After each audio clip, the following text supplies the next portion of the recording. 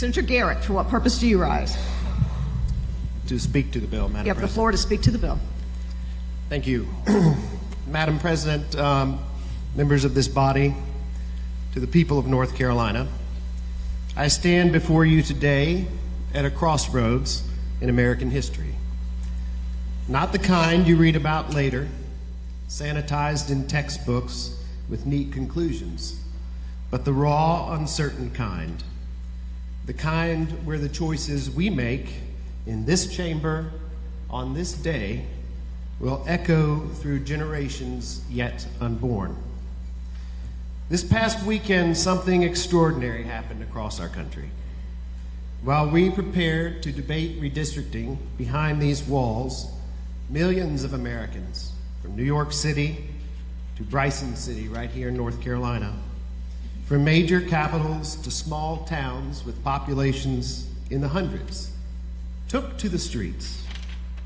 More than 2,500 communities. Possibly the largest single-day protest in American history. Millions of voices, but one message that has thundered through American history since 1776. America has no kings. They marched peacefully, grandmothers and college students, veterans and teachers, people who had never protested before, standing shoulder to shoulder with those who've marched for decades. They weren't there because they hate America. They were there because they love her. Today in this chamber, and with this vote, we're being asked to betray them. Let me tell you where we stand in the eyes of history.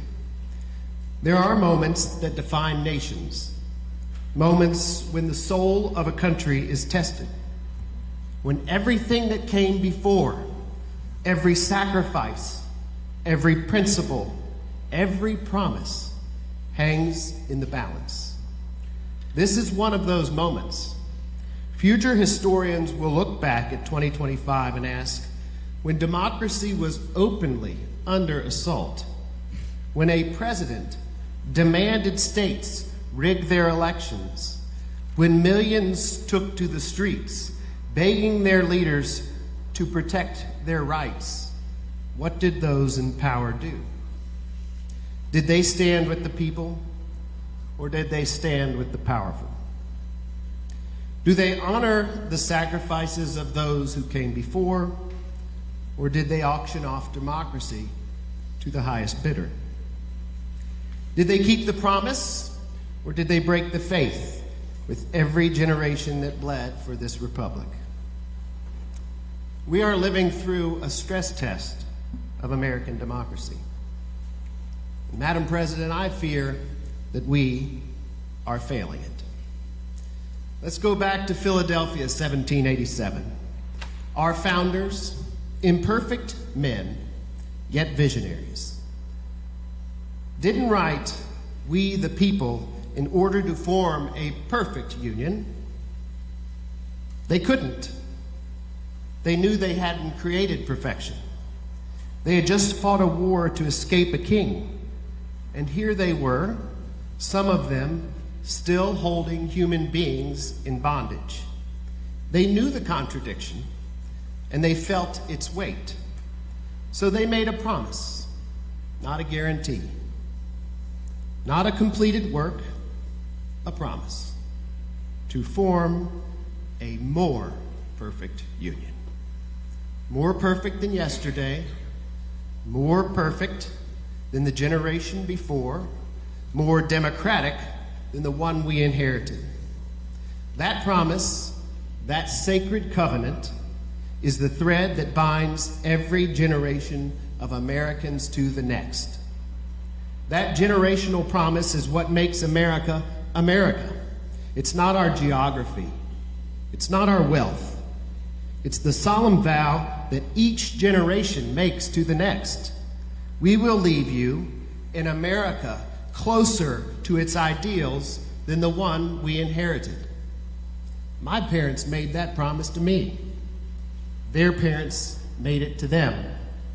And I made that promise to my children, that I would fight to give them a country where their voices matter, where their votes count, where democracy isn't just a word we teach in civics class, but a living, breathing reality they experience every day.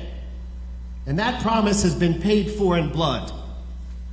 Think about Nathan Hale, just 21 years old, standing on the gallows with a noose around his neck, his last words echoing across history. And I quote, "I only regret that I have one life to lose for my country." He died so that America could be born without a king.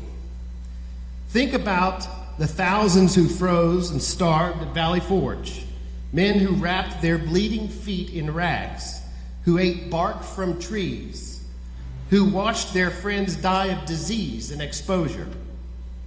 They could have gone home.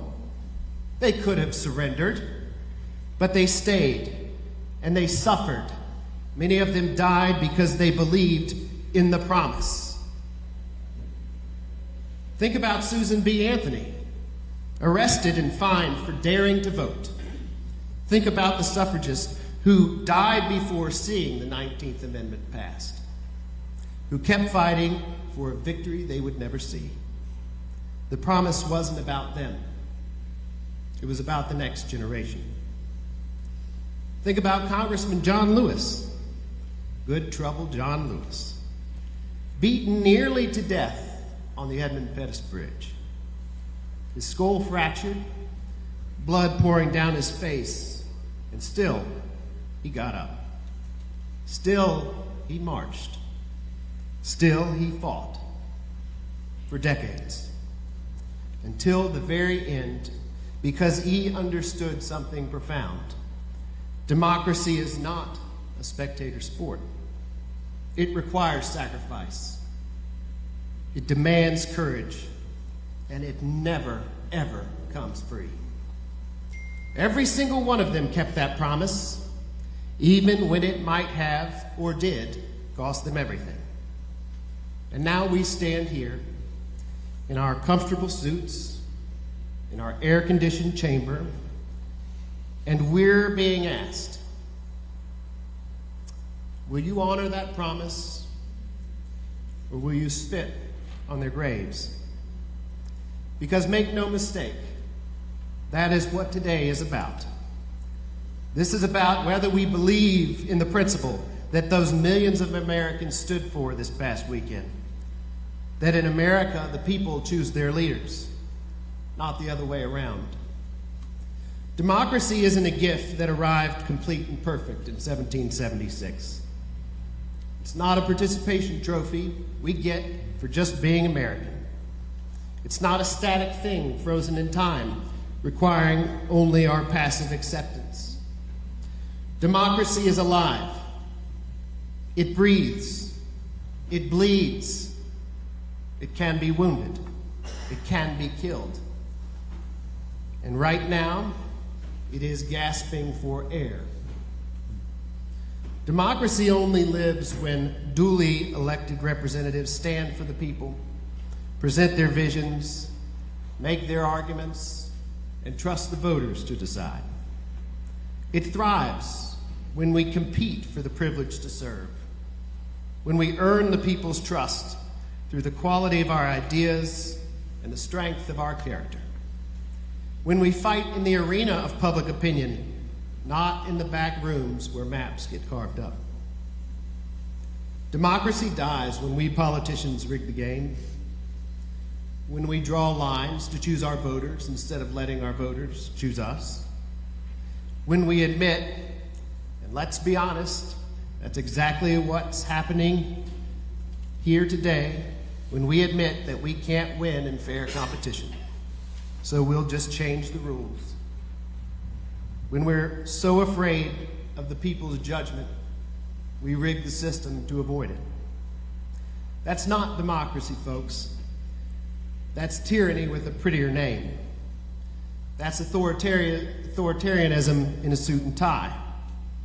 And that's everything these soldiers, marchers, and freedom fighters died to prevent. My colleagues on the other side of the aisle talk about protecting the president's agenda. Let me ask you something. Since when did America exist to support the president's agenda? I thought government was supposed to serve the people.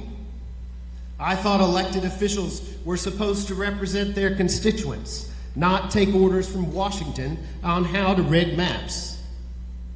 I thought we fought a revolution specifically to establish that no one, not a king, not a president, not anyone, is above the will of the people.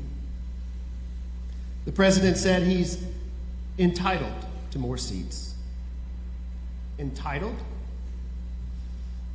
That word should chill every American to the bone.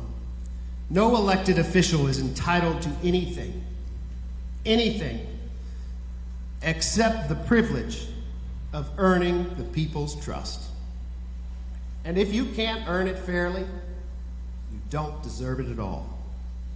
We teach our children to compete fairly, to do their homework, to practice harder, to win or lose on merit, to shake hands after the game, win or lose, to respect their opponents, and to honor the rules. So what are we teaching them today? That if the game isn't going your way, you just change the rules?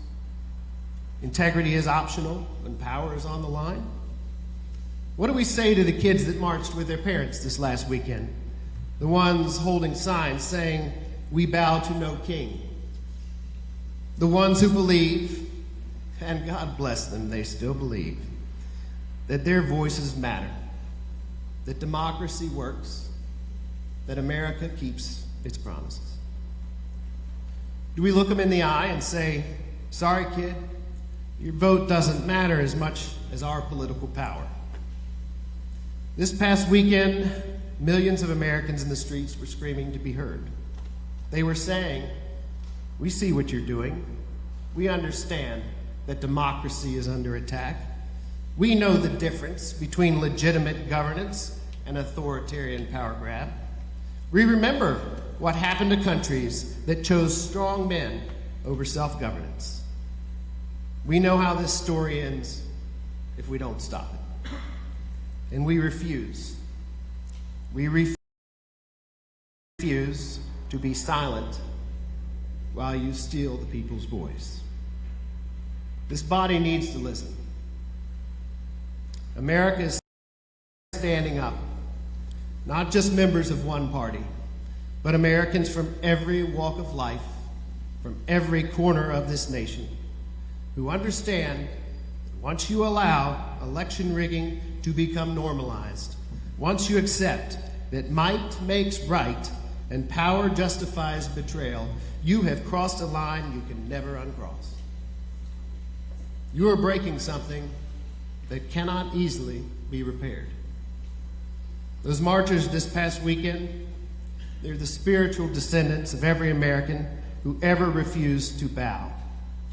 They are keeping the promise. But will we? Will we honor the sacrifice of every American who ever fought for democracy? Or will we slap them in the face by trading away the very thing they died to protect? When our grandchildren ask us, "What did you do when democracy was dying?"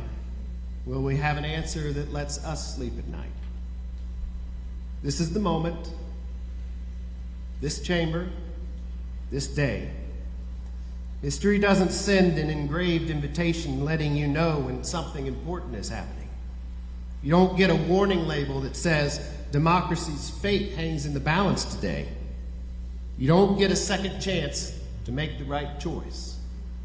You just get moments like this, where regular people in regular places make choices that ripple through time. We are living in one of those moments right now. Historians will write about this vote. Future students will wonder, how could they not see what they were doing? How could they not understand what they were throwing away?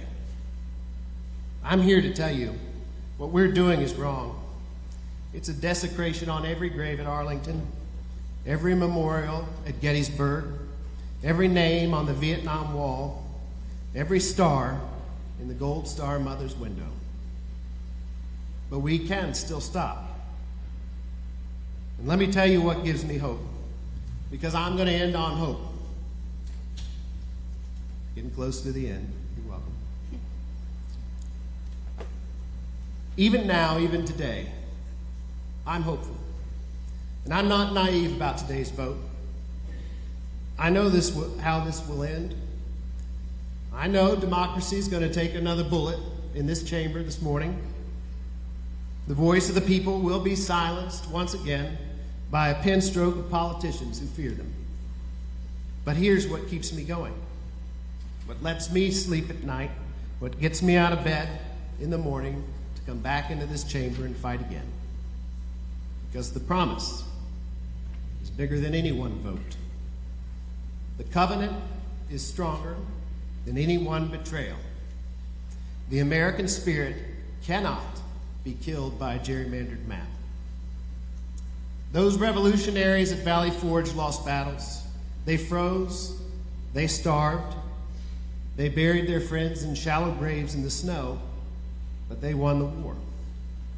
John Lewis had his skull fractured on that bridge, but he got up. He marched again. He ran for Congress. He served for 33 years. He fought until his last breath, and he won the war. But here's what authoritarians and would-be kings never understand.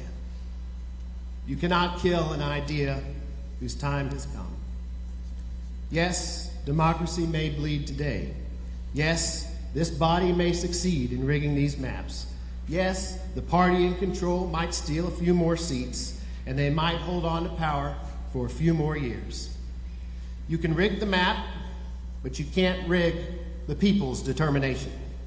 You cannot silence our votes, but you can silence our votes, but you cannot silence our voices. You can try to break our democracy, but it will not break our will to restore it. The fight doesn't end today. It doesn't end with this vote. It doesn't end until we restore the promise, until we repair what's been broken, until we leave our children in America worthy of the sacrifices that built it. So I will keep fighting, because the promise is worth keeping. The covenant is worth honoring. Democracy is worth defending. And America, this magnificent, flawed, frustrating, beautiful experiment in self-governance, America is worth fighting for. Even today, especially today, as democracy takes another bullet, I will keep that promise. Thank you, Madam President. Thank you to the people of North Carolina. And may God give us the strength to be worthy of our time and the promise that we're entrusted to keep. Senator Chitlick, for what purpose do you rise? I'd like to ask Senator Heiss a question, please. Senator Heiss, do you yield? He yields. Thank you, Senator Heiss. Thank you, Madam President.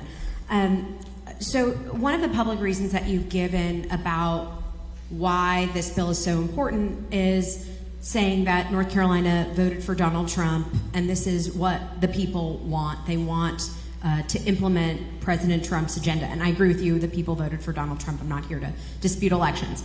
But if that is in fact true, why, can you help me understand, why is this not an independent redistricting bill if this is the will of the people?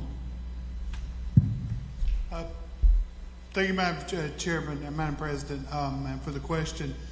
Independent districting has never been part of the history of the state of North Carolina. The power given to the state legislature to draw districts, and conversely Congress as well, is given by the U.S. Constitution. I believe it is the requirement of the state legislature to do so, and we have never advocated that power to any type of independent commission, which is, as I said before many times, I think is a fairy tale anyway, and California probably proves that. They create one until they want to do something else, and then they go back to their legislature. So we don't have it and never have. Senator Chitlick, for what purpose do you rise? I have a follow-up question for Senator Heiss, Do please. you yield, Senator Heiss? I yield. Yield. Thank you, Senator Heiss. I understand that that might be without historical precedent. So I have a follow-up question to this. Help me understand, if North Carolina voted for, say, it was about 53% for President Trump, maybe we can be generous, maybe it was 54 on a really good day. So help me understand why, if 54% of North Carolinians voted for President Trump, why this body believes that, or excuse me, why you, because I know you are the person who drew the map, so why you think that that is a mandate that 79% of our seats should go to Republicans. Help me understand that part. As I have said multiple occasions and again earlier today, when other states across the country are maximizing and increasing their map proportions for Democrats, it is incumbent upon us not to stand still and allow them to be successful, but we must also maximize our maps in the state of North Carolina to make sure we preserve the balance of power for Congress. Senator Chitlick, for what purpose do you rise? I'd like to, a moment of personal privilege to speak to the bill for the young people in the audience. You may speak to the bill. Thank you. I've noticed that while we were debating this bill, we had this wonderful group of, it looks like high school students come in, and so welcome. Thank you. You've chosen middle school? Wow. Okay. Y'all look fabulous. So I just want to, I just want to contextualize for you what's happening. I'm sure your incredible teachers have had an opportunity to brief you on the redistricting that's happening today. What you're seeing is not democracy. It's a fallacy of democracy. We're all actors, right, in this game around being able to talk about the power that's happening. Madam President, Senator Berger, for what purpose do you rise? I believe Senator Chitlick, under our rules, has the floor to debate the bill, not to speak to an audience. Yes, that's correct. Senator Chitlick, please. Sure, I'll debate the merits of the bill. I just want to do a quick summary of where we are. So we had debate yesterday, we had debate today. Madam President, Yeah, Senator again, Berger. it is pursuant to the rules appropriate to debate the bill. It is not appropriate to speak to an audience. Yes, Senator Chitlick, please only debate the bill. Don't speak to the audience. Okay. I don't think I need to debate the bill. I think that was all they needed to learn. Thank you. Thank you. Senator Grafstein, for what purpose do you rise? Madam President, just to ask that the words of Senator Garrett that were Objection. Sorry, Objection. I don't know who said that. I'm just asking that the words of Senator Garrett be spread upon the journal. Senator Newton. For what purpose do you Object to the rise? senator's request.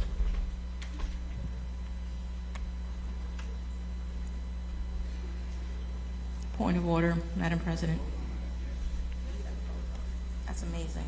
That's amazing.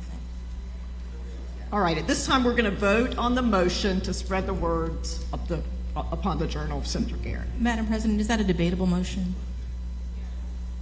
Yes. Thank you. Just briefly then, Madam President, what an outrage. They say that the truth only hurts if it should. Senator Garrett spoke the truth. Those true words should be spread upon the journal. I urge you all, regardless of party, to show some respect for your colleagues, to show some respect for our state, for our country, for the freedom of speech. Show some respect. Let's spread these words on the journal.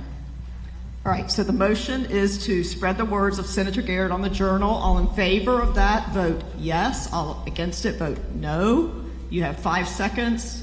The clerk will record the vote.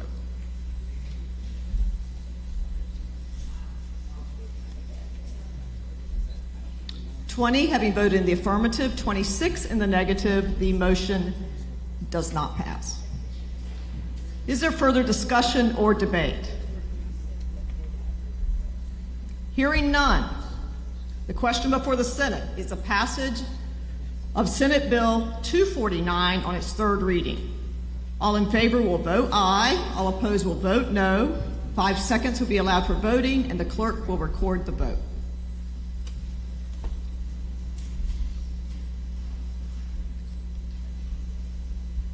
Senator Meyer.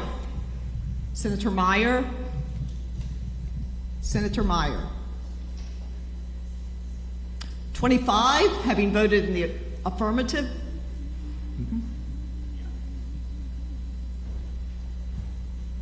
Senator Lee, for what purpose do you rise? Thank you, Madam President. I was thinking about the previous motion and not this bill. I'll change my vote. No to aye, please.